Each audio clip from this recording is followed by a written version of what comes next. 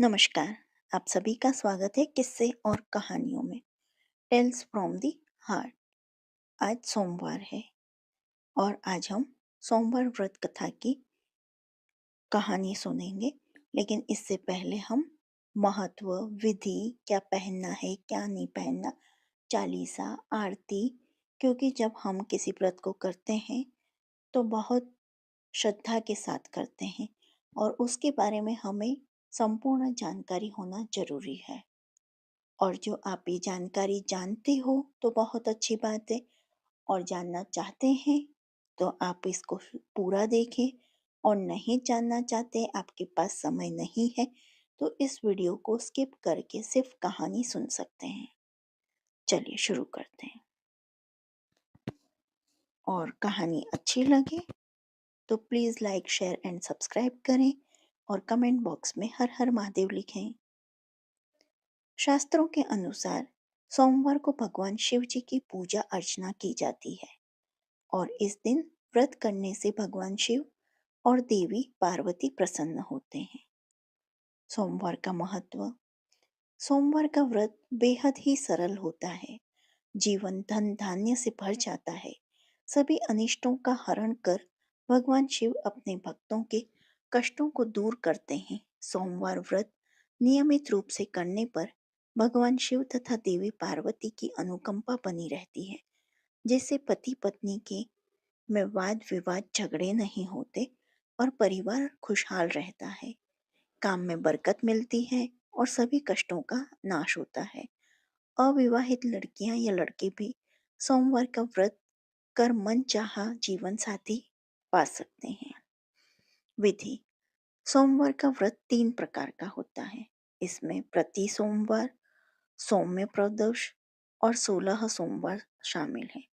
तीनों ही व्रत का विधि विधान और पूजा के नियम एक समान ही है। सोमवार का व्रत साधारणतः दिन के तीसरे पहर तक होता है। सोमवार के दिन भगवान शिव की पूजा और व्रत का विशेष महत्व है। इस दिन सुबह जल्दी उठकर स्नान आदि कर साफ वस्त्र ग्रहण करें। यदि संभव हो तो मंदिर में जाकर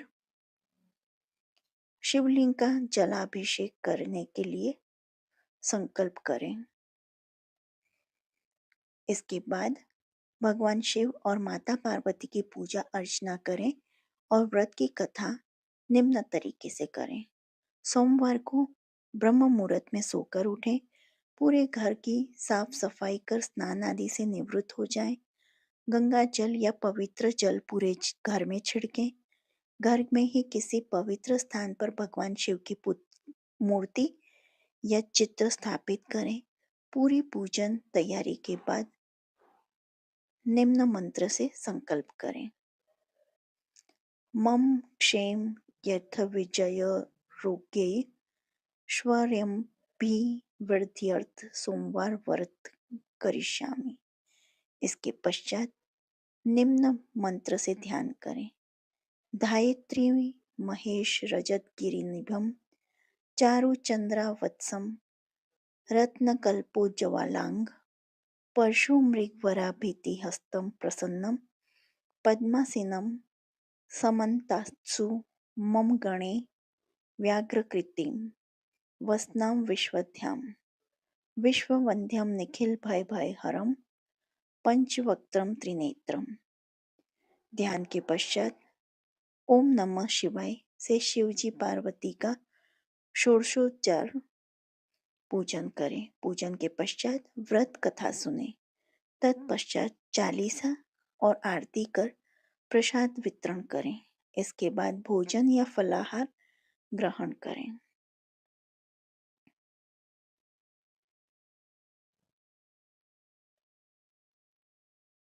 फलाहार या पारण का कोई विशेष नियम नहीं है, लेकिन दिन या रात में केवल एक ही समय खाएं। सोमवार के दिन किस रंग के कपड़े पहने? शिव जी का दिन मतलब शीतल, शांत और चंद्र दिन, तो इस दिन सफेद और एकदम हल्के रंग का वस्त्र पहनना फायदेमंद होता है, जैसे सफेद, सिल्वर, क्रीम, हल्का गुलाबी, हल्का नीला, सामानी और हल्का पीला। सोमवार व्रत की पौराणिक कथा। सोमवार व्रत कथा। अमरपुर नगर में एक धनी व्यापारी रहता था। दूर दूर तक उसका व्यापार फैला हुआ था। नगर में उस व्यापारी के सभी लोग मान सम्मान करते थे। इतना सब कुछ होने पर भी व्यापारी अंतर्मन से बहुत दुखी था, क्योंकि उस व्यापारी का कोई पुत्र नहीं था। दिन रात उसे एक ही चिंता सताती रहती थी। उसकी मृत्यु के बाद उसके इतने बड़े व्यापार और धन संपत्ति को कौन संभालेगा। पुत्र पाने की इच्छा से वह व्यापारी प्रति सोमवार भगवान शिव की व्रत पूजा किया करता था।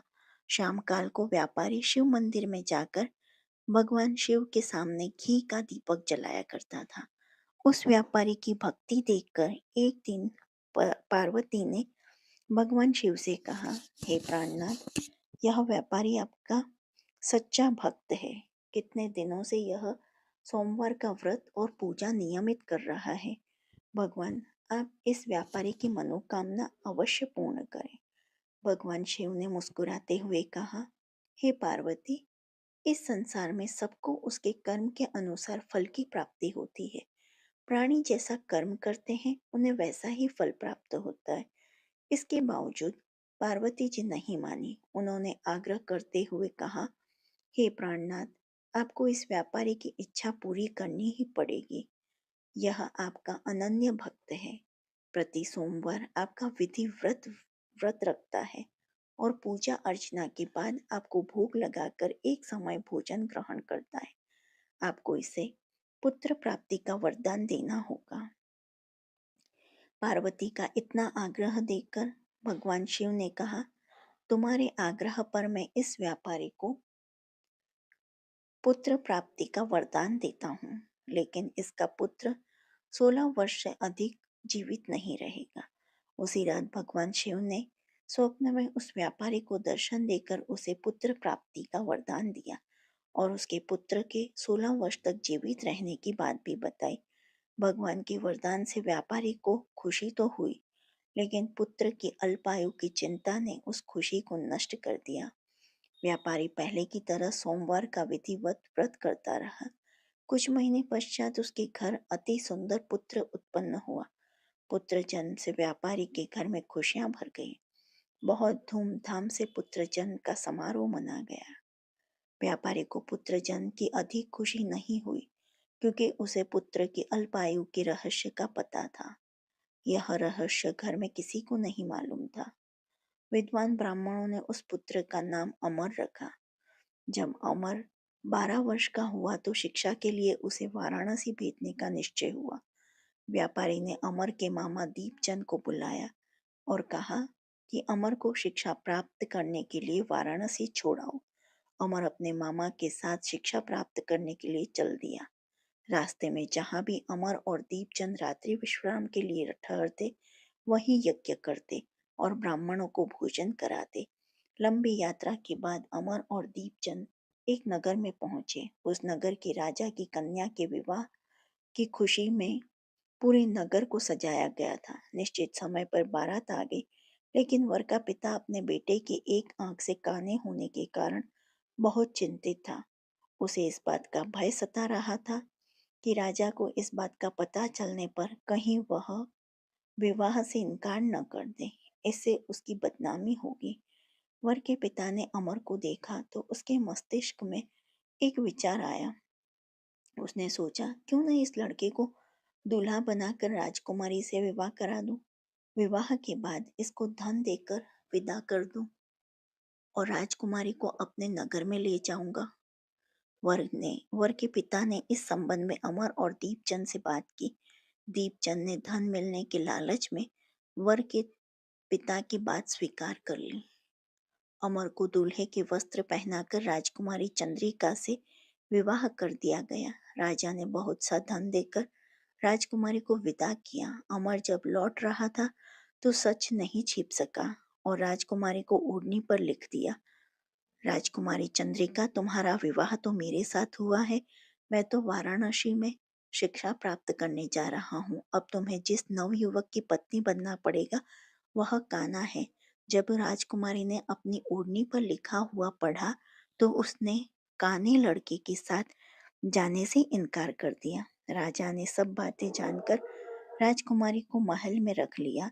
उधर अमर अपने मामा दीपचंद के साथ वाराणसी पहुंच गया। अमर ने गुरुकुल में पढ़ना शुरू कर दिया। जब अमर की आयु 16 वर्ष की हुई तो उसने एक यज्ञ किया। यज्ञ की समाप्ति पर ब्राह्मणों को भोजन कराया और खूब अन्न वस्त्र दान किए। रात को अमर अपने शयन कक्ष में सो गया। शिव के वरदान के अनुसार शयनावस्था में ही अमर के प्राण पखेरु उड़ गए। सूर्योदय पर मामा अमर को मृत देखकर रोने पीटने लगा। आसपास के लोग भी एकत्र होकर दुख प्रकट करने लगे। मामा के रोने विलाप करने के स्वर समीप से गुजरते हुए भगवान शिव और पार्वती ने भी सुने। पार्वती जी ने भगवान से कहा, प्राणनाथ, मुझसे इसके रोने के स्वर सहन नहीं हो रहे। आप इस व्यक्ति के कष्ट अवश्य दूर करें। भगवान शिव ने पार्वती जी के साथ अदृश्य रूप में समीप जाकर अमर को देखा तो पार्वती जी से बोले, पार्वती, यह तो उसी व्यापारी का पुत्र है। मैंने इसे 16 वर्ष की आयु का वरदान दिया था। इसकी आयु तो पूरी हो गई। पार्वती जी ने फिर भगवान शिव से निवेदन किया, हे प्राणनाथ, आप इस लड़के को जीवित करें, नहीं तो इसके माता पिता पुत्र की पुत्र की मृत्यु के कारण रो रो कर अपने प्राण त्याग देंगे। इस लड़के का पिता तो आपका परम भक्त है, वर्षों से सोमवार का व्रत करते हुए आपको भोग लगा रहा है। पार्वती के आग्रह करने पर भगवान शिव ने उस लड़के को जीवित होने का वरदान दिया और कुछ ही पल में वह जीवित होकर उठ बैठा। शिक्षा समाप्त करके अमर मामा के साथ अपने नगर की ओर चल दिया। दोनों चलते हुए उसी नगर में पहुंचे जहां अमर का विवाह हुआ था। उस नगर में भी अमर ने यज्ञ का आयोजन किया। समीप से गुजरते हुए नगर के राजा ने यज्ञ का आयोजन देखा। राजा ने अमर को तुरंत पहचान लिया। यज्ञ समाप्त होने पर राजा अमर और उसके मामा को महल में ले गया और कुछ दिन उन्हें महल में रखकर बहुत सा धन वस्त्र देकर राजकुमारी के साथ विदा किया। रास्ते में सुरक्षा के लिए राजा ने बहुत से सैनिकों को भी भेज दिया। दीपचंद ने नगर में पहुंचते ही एक दूत को घर भेजकर उनके आगमन की सूचना भेजी। अपने बेटे अमर को जीवित वापस लौटने की सूचना से व्यापारी बहुत प्रसन्न हुआ। व्यापारी ने अपनी पत्नी के साथ स्वयं को एक कमरे में बंद कर रखा था। भूखे प्यासे रहकर व्यापारी और उसकी पत्नी बेटे की प्रतीक्षा कर रहे थे। उन्होंने प्रतीक्षा कर रखी थी कि यदि उन्हें अपने बेटे की मृत्यु का समाचार मिला तो दोनों अपने प्राण त्याग देंगे। व्यापारी अपनी पत्नी और मित्रों के साथ नगर के द्वार पर पहुंचा। अपने बेटे के विवाह का समाचार सुनकर पुत्र वधू राजकुमारी चंद्रिका को देखकर उसकी खुशी का ठिकाना न रहा। उसी रात भगवान शिव ने व्यापारी के स्वप्न में आकर कहा, हे श्रेष्ठी, मैंने तेरे सोमवार के व्रत करने और व्रत कथा सुनने से प्रसन्न होकर तेरे पुत्र को लंबी आयु प्रदान की है। व्यापारी बहुत प्रसन्न हुआ। सोमवार का व्रत करने से व्यापारी के घर में खुशियां लौट आई। शास्त्रों में लिखा है कि जो स्त्री पुरुष सोमवार का विधि व्रत करते हैं और व्रत कथा सुनते हैं, उनकी सभी इच्छाएं पूरी होती हैं। शिव चालीसा। दुआ। जय गणेश गिरजा सुवन मंगल मूल सुजान, कहत अयोध्या दास तुम देव अभय वरदान। चौपाई।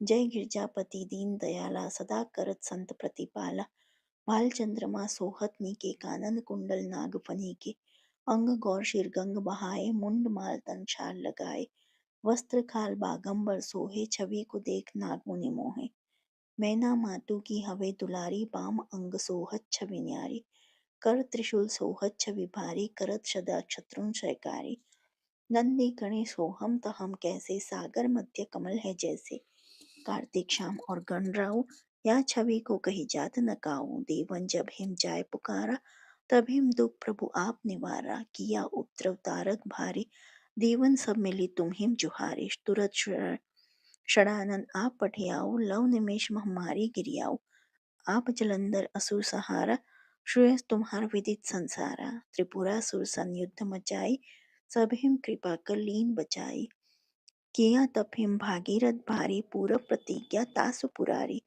दानिन महम तुम समको नाई सेवक स्तुति करत सदाई। वेद नाम महिमा तव गाई अकत अनादि भेद न पाई। प्रकट उद्धति मंथन में ज्वाला जरत सुरासुर भय विहाला। किन्ह दया तहम करी सहाय नीलकंठ तब नाम कहाई। पूजन रामचंद्र जब कीन्हा जीत के लंक विभीषण दीन्हा। सहस कमल में हो रहे धारी किन्ह परीक्षा तब हिम पुरारी।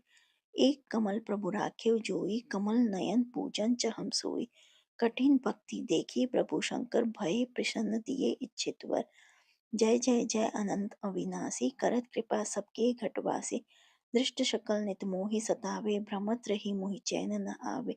त्राहि त्राहि मैं नाथ पुकारो यही अवसर मोहि आन उबारो। लय त्रिशूल शत्रुन को मारो संकट से मोहि आन उबारो। मात पिता भ्राता सब होई संकट में पूछत नहीं कोई। स्वामी एक है आस तुम्हारी आए हरहु अब संकट भारी। धन निर्धन को देत सदाई जो कोई चाचे सो फल पाई। स्तुति की विधि करे तुम्हारी क्षमहु नाथक चूक हमारी। शंकर हो संकट के नासन मंगल कारण विघ्न विनाशन। योगी यति मुनि ध्यान लगावे नारद शारद शीश नवावे। नमो नमो जय नमो शिवाय सुर ब्रह्मादिक पार न पाए। जो यह पाठ करे मन लाए ताप होत शंभु सहाय। रिनिया जो कोई हो अधिकारी पाठ करे सो पावन हारी। पुत्रहीन कर इच्छा कोई निश्चय शिव प्रसाद ते ही होई। पंडित त्रयोदशी को लावे ध्यान पूर्वक होम करावे। त्रयोदशी व्रत करे हमेशा तन नहीं ताके रहे कलेशा। धूप दीप नैवेद्य चढ़ावे शंकर सन्मुख पाठ सुनावे। जन्म जन्म के पाप नशावे अंत नाम शिवपुर में पावे। कहत अयोध्या आस तुम्हारी जानी शकल दुख हरहु हमारी। नित्य नेम कर प्रातः ही पाठ करो 40 तुम मेरी मनोकामना पूर्ण करो जगदीश।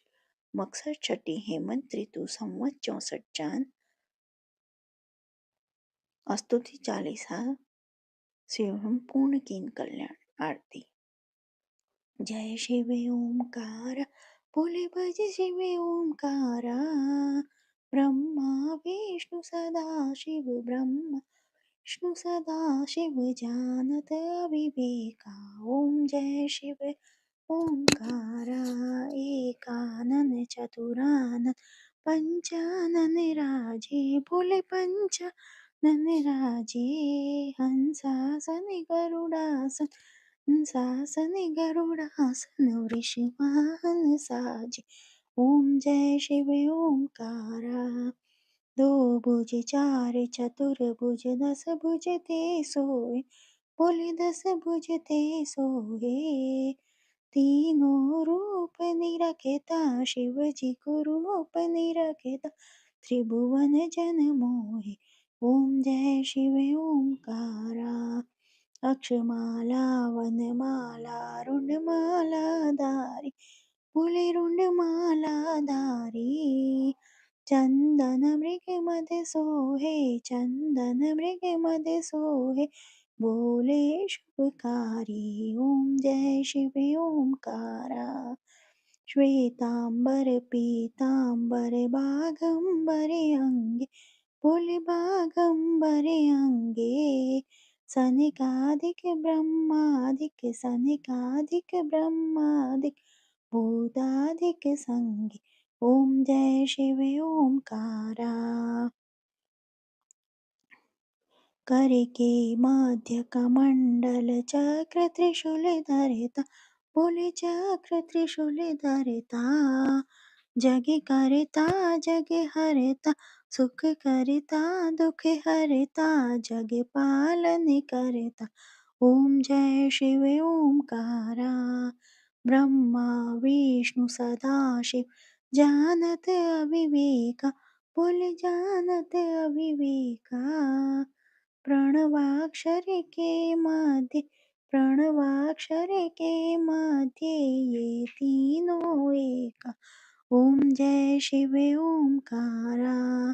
काशी में विश्वनाथ विराजत नंदी ब्रह्मचारी बोले नंदी ब्रह्मचारी। नित उठ भोगे लगावत, नित उठ भोगे लगावत, महिमा अति भारी। ओम जय शिव ओमकारा। त्रिगुण स्वामी जी की आरती जो कोई नर गावे, बोले प्रेम सहित गावे। कहत शिवानंद स्वामी, रटत बोलानंद स्वामी, मन वांछित फल पावे। ओम जय शिव ओमकारा, जय शिव ओमकारा, बोले भज शिव ओमकारा। ब्रह्मा विष्णु सदा शिव, ब्रह्मा विष्णु सदा शिव, अर्धांगी धारा। ओम जय शिव ओमकारा। शिव जी की पूजा में न करें ये गलतियां। सोमवार को भगवान शिव की पूजा की जाती है और इस दिन व्रत करने से भगवान खुश होकर भक्तों की मनोकामना पूर्ण करते हैं। लेकिन शिव जी की पूजा में भूलकर भी ऐसी गलती न करें। शिव जी की पूजा में दूध का जलाभिषेक किया जाता है। ध्यान रखें, गलती से भी तांबे से लोटे में दूध न डालें। तांबे के बर्तन में दूध डालने से दूध संक्रमित हो जाता है और चढ़ाने योग्य नहीं रहता। शिवलिंग पर दूध, दही, शहद या कोई भी वस्तु चढ़ाने के बाद जल जरूर चढ़ाएं, तभी जलाभिषेक पूर्ण होता है। शास्त्रों के अनुसार शिवलिंग पर कभी भी रोली व सिंदूर की तिलक नहीं करना चाहिए। शिवलिंग पर हमेशा चंदन का ही तिलक करें। भगवान शिव के मंदिर में परिक्रमा करते वक्त ध्यान रखें कि कभी भी पूरी परिक्रमा न लगाएं। जहां से दूध बहता है वहां रुक जाएं और वापस घूम जाएं। सोमवार व्रत उद्यापन विधि। सुबह उठकर नित्य कर्म से निवृत्त हो स्नान करें। स्नान के बाद हो सके तो सफेद वस्त्र धारण करें। पूजा स्थल को गंगा जल से जरूर शुद्ध करें। पूजा स्थल पर केले के 4 खंबे के द्वार चौकर मंडप बना लें। चारों ओर से फूल और बंधनवार सजाएं। पूर्व की ओर मुख करके आसन पर बैठ जाएं और साथ में पूजा सामग्री भी रख लें। आटे या हल्दी की रंगोली डालें। उसके ऊपर चौकी या लकड़ी के पटरे को मंडप के बीच में रखें। इसके बाद चौकी पर साफ और कोरा सफेद वस्त्र बिछाएं। उस पर शिव पार्वती की प्रतिमा या फिर फोटो को स्थापित करें। चौकी पर किसी पात्र में रखकर चंद्रमा को भी स्थापित करें। सबसे पहले आपको शुद्ध करने के लिए पवित्रीकरण जरूर करना चाहिए। हाथ में जल लेकर इन मंत्रों का उच्चारण करते हुए आप उन पर जल छिड़कें। ओम पवित्रः अपवित्रो वा सर्वास्थांगो अपि वा या स्मरेत पुंडरीकाक्षं स वाहेनो भयंतर शुचि। अब पूजा की सामग्री और आसन को भी जल मंत्र उच्चारण के साथ जल छिड़क कर मंत्र शुद्ध कर लें। पृथ्वीति मंत्रस्य मेरु पृष्ठ कशिः सुतलम छंदः कुर्मो देवता आसने विनियोग। उद्यापन के लिए पूजा सामग्री। शिव व पार्वती जी की प्रतिमा, चंद्रदेव की मूर्ति या चित्र, चौकी या लकड़ी का पटरा, अक्षत, पान, सुपारी, ऋतुफल, यज्ञोपवीत, रोली, मूली, धूप, कपूर, रुई, पंचामृत। पंचामृत के लिए कच्चा दूध, दही, घी, शहद एवं शर्करा मिला हुआ, छोटी इलायची, लौंग, पुष्पमाला, एक सफेद और एक लाल, चंदन, कुमकुम, गंगाजल, आचमनी, वस्त्र, एक लाल एवं 3 सफेद, पंचपात्र, पुष्प, लोटा, नैवेद्य, आरती के लिए थाली, मिट्टी का दीपक, कुशासन, खुले रुपए, चौकी या लकड़ी का पटरा, केले के खंबे, आम का पत्ता। सावन सोमवार व्रत उद्यापन विधि। सबसे पहले आज के दिन आप दैनिक कार्यों से निवृत्त हो स्वच्छ और धुले हुए कपड़े पहनकर भगवान गणपति की आराधना करें और गणपति मंत्र के साथ भगवान गणपति का आह्वान करें।